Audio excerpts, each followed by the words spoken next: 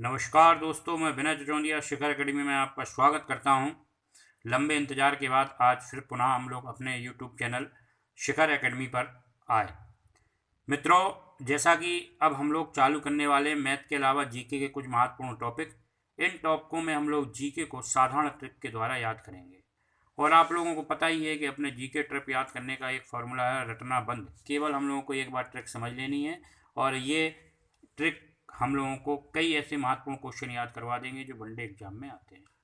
तो चलिए मित्रों, इसको प्रारंभ करते हैं बिना किसी समय बर्बाद किए। पहला ये देखिए, बंगाल की खाड़ी में गिरने वाले भारत की नदियाँ। आज हम लोग इनके ऊपर चर्चा करेंगे। मैंने आपको इसके पहले एक वीडियो डाला था, अरब सागर में गिरने वाली नदियाँ। ठीक है, तो अब हम लोग क्या करेंगे, बंगाल की खाड़ी में गिरने वाली नदियाँ। बंगाल की खाड़ी में कौन कौन सी नदियाँ गिरती हैं, इनके ऊपर चर्चा करते हैं। तो इसके लिए ट्रिक बनी है ब्रह्मा की गोद में गंगा। मैंने एक चीज आपको लिखवाई है, देखिए जरा यहाँ पर, भारत की नदियाँ। तो देखिए मैंने यहाँ सबसे पहले बात करते हैं हम लोग कि भारत की कौन कौन सी नदियाँ हैं जो गिरती हैं। तो देखिए मित्रों, हम लोग बात करेंगे। देखिए, एक तो आपकी ब्रह्मपुत्र है, ब्रह्मा से ब्रह्मपुत्र। अब ये ब्रह्मपुत्र नदी है, लेकिन ये भारत से नहीं निकलती, इसका उद्गम स्थल भारत नहीं है। इसका जो उद्गम स्थल है वह है तिब्बत की मानसरोवर झील है, मानसरोवर झील। तो ब्रह्मा जो आपकी ये हो गया, ब्रह्मा से ब्रह्मपुत्र, और की से आपकी होगी कावेरी और कृष्णा। दो नदियां हो गई, कावेरी और कृष्णा। गोद से आपका हो गया गोदावरी, गोद से आपका हो गया गोदावरी, और माँ यानी मे से आपका हो गया महानदी, और गंगा को आप लोग जानते हैं, गंगा। ये इतनी नदियां हैं जो आपकी बंगाल की खाड़ी में गिरती हैं। तो ये जो चार नदियां हैं, पांच नदियां, कृष्णा, कावेरी, गोदावरी, महानदी और गंगा, ये नदियां आपकी भारत से ही निकलती हैं। ये नदियां जो हैं भारत से ही निकलती हैं और भारत से निकलकर आपकी बंगाल की खाड़ी में मिल जाती हैं। लेकिन ब्रह्मपुत्र नदी आपकी तिब्बत के मानसरोवर झील से निकलती है। जब ये तिब्बत के मानसरोवर झील से निकलती है तो इसका नाम होता है सांगपो। क्या नाम होता है, पहले इसका स्क्रीनशॉट ले लीजिए। हाँ, जब ये तिब्बत के मानसरोवर झील से निकलती है तो इसका नाम होता है शांगपो। क्या होता है, शांगपो। और जैसे ही ये भारत के अरुणाचल प्रदेश में प्रवेश करती है, किस में राज्य में प्रवेश करती है, अरुणाचल प्रदेश राज्य में जैसे ही प्रवेश करती है, इसका नाम हो जाता है दिहांग। क्या हो जाता है, दिवांग कहते हैं, कई लोग दिहांग कहते हैं। ठीक है, तो इसका नाम हो जाता है दिहांग।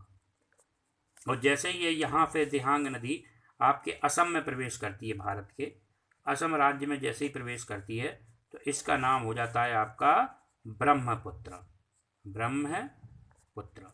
तो मित्रों, ये ब्रह्मपुत्र नदी का वर्णन है।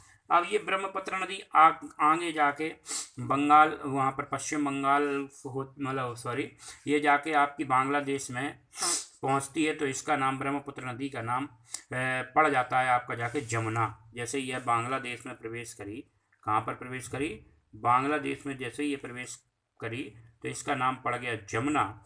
तो ये हो गया आपका ब्रह्मपुत्र नदी के नामों का वर्गीकरण कि कहाँ पर इसको किस नाम से जाना जाता है। अब इनका उद्गम स्थल हो गया। अब देखिए, जो आपकी दोनों, ये एक तो आपकी कृष्णा नदी और एक आपकी गोदावरी नदी, ये दोनों नदियाँ कौन कौन सी, कृष्णा और गोदावरी। तो जो गोदावरी नदी है और कृष्णा नदी है, यह दोनों नदियाँ आपकी महाराष्ट्र से निकलती हैं, महाराष्ट्र राज्य से इनका उद्गम स्थल है। और जो आपकी गोदावरी नदी है, यह नासिक के त्रिवेंगेश्वरम पर्वत से निकलती है। इसके बाद आ जाते हैं हम लोग कावेरी पे। कावेरी जो है आपकी कर्नाटक के ब्रह्मगिरी पर्वत से निकलती है। जो कावेरी नदी है जो कावेरी है यह कर्नाटक के ब्रह्मगिरी पर्वत से निकलती है, ठीक है। और जो महानदी है, अगला जो महानदी है, ये जो महानदी है यह आपकी मतलब आपकी छत्तीसगढ़ से निकलती, हम सबको पता है। और इसी महानदी पर सबसे लंबा बांध बना है, इसी महानदी पर सबसे लंबा बांध बना है, जिस बांध का नाम है आपका हीराकुंड बांध। क्या नाम है उस बांध का? हीराकुंड बांध। इसी नदी पर सबसे लंबा बांध बना है, जिस बांध का नाम है हीराकुंड बांध, जो कि किस राज्य में पड़ता है? उड़ीसा में। तो सबसे लंबा बांध किस नदी पर बना है? आपका महानदी पर बना है। महानदी का उद्गम स्थल क्या है? महानदी का उद्गम स्थल छत्तीसगढ़ है, जो कि उड़ीसा होते हुए बंगाल की खाड़ी में गिरती है। उड़ीसा में एक सबसे लंबा बांध इसके ऊपर बना है, उस बांध का नाम है हीराकुंड बांध। अंतिम नदी आपकी बचती है गंगा। तो इस गंगा का जो उद्गम स्थल है वो है, हम लोग कहते हैं कि गंगा गंगोत्री से निकली है।